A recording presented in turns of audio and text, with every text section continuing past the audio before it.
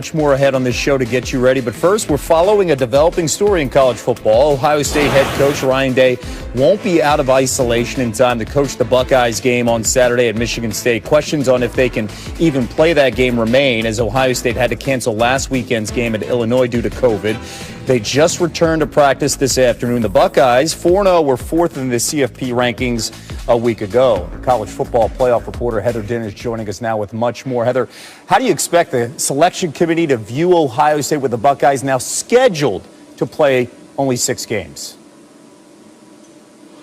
Well, while it might not impact the rankings tonight, ultimately, how many games each team plays will be a factor in the selection committee meeting room. Fair or not, the more games you play, the more opportunities you have to impress that selection committee. If Ohio State doesn't play Michigan State, but it does play Michigan, it will not meet the benchmark to 6 games to play in the conference championship game.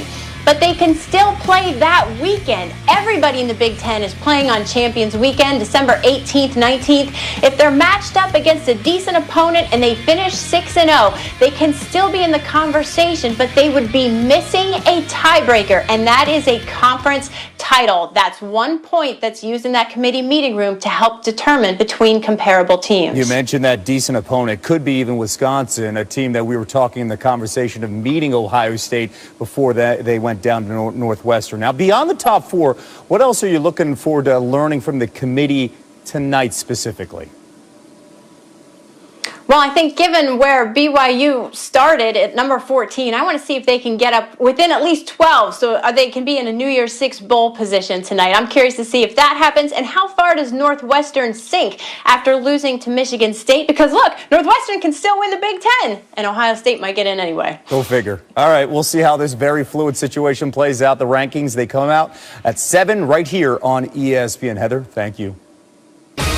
Still to come on SportsCenter, tracking tonight's NFL headliners, featuring the Ravens and Steelers' final steps towards Wednesday afternoon's kickoff, and the Monday night fallout on the future of Carson Wentz and the Eagles. New comments ahead. Plus, it's early in the season. Everybody breathe. It is very early. But we get to enjoy college hoops, right? Finally. That's a great thing, and plenty ahead as we get you ready for the second release of the college football playoff rankings in less than an hour. But first... Yeah, believe it or not, we're just 51 days since the end of the NBA Finals. Training camps officially open today with several storylines to keep an eye on. Let's start in the Big Apple. The Brooklyn Nets, who you may have heard, they have a new head coach by the name of Steve Nash, the former 2-time MVP, who has never coached at any level officially in the NBA, but he did hire his former coach in Phoenix, Mike D'Antoni, as one of his assistants.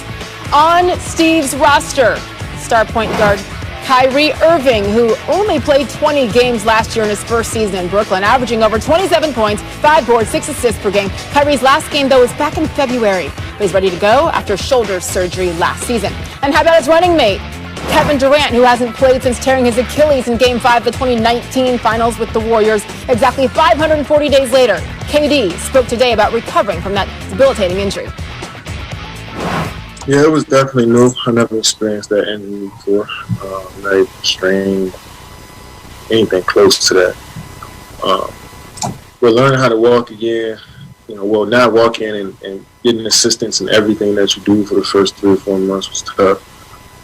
I've been through surgeries and injuries before, but the longest recovery I had was 3 months. But the first phase of the Achilles was 3 months long, and you couldn't walk or run. You had to use a scooter. So I think those milestones of reaching, like learn how to walk, learn how to run, jump again, and getting used to certain movements again. I think that's underestimated. People don't realize that. You've already been asked about James Harden a little bit here, but I mean, the reports are pretty wide that you two talked while you were working out in LA, and apparently he expressed interest in wanting to join you. Do you relay that James wants to play with the Nets to Sean as soon as you hear something like that? I don't know where you're making these stories up that me and James talk about any of this that'll work out. Like, I don't know where that came from. And James is a friend of mine, but I let the front office handle all of that stuff. I heard all the noise, and I heard that, James potentially wanted to come to the Nets, but anybody can make up stories. I never thought too much about it. Just focused on myself, and my teammates probably did the same thing,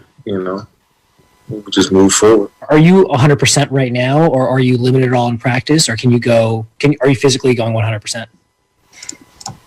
Oh, yeah.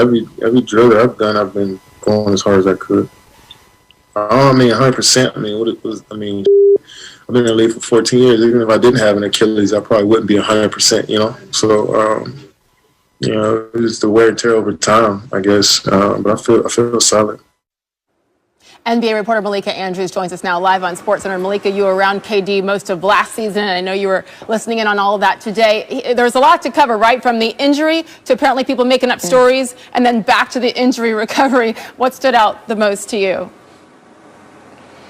Well, first of all, Sage, you know, we are standing by our reporting and what we reported on that initial interest between James Harden and the Brooklyn Nets. But today, what really stood out to me was how Kevin Durant didn't lean into, I am going to absolutely unequivocally be the MVP version of Kevin Durant. I'm going to temper expectations a little bit because he knows that this is an incredibly serious injury that he's coming back from. And he said that he isn't sure he's feeling good right now. You heard him just say he's going through drills as close to 100% as his body can provide.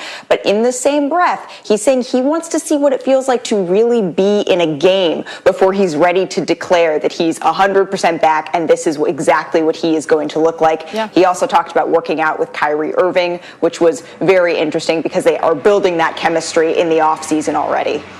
Yeah, and that's a great segue to our next question here, Malika, because we did hear from Steve Nash today specifically about that KD-Kyrie relationship. And it's one to keep an eye on, obviously, so much potential, but two very unique, strong personalities. What does new head coach Steve Nash say about trying to get these two, you know, to be their best? And, of course, he has that history with KD in Golden State.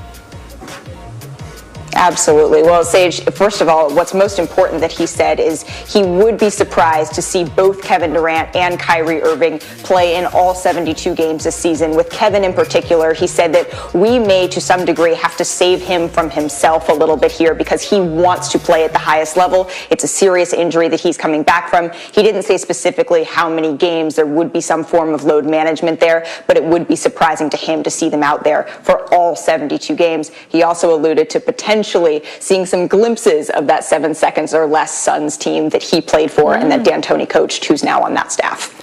Malika Andrews, you're going to have a blast for many reasons covering this team this season. We look forward to it. Preseason tips off in like a week. Malika, thank you. Kevin, over to you.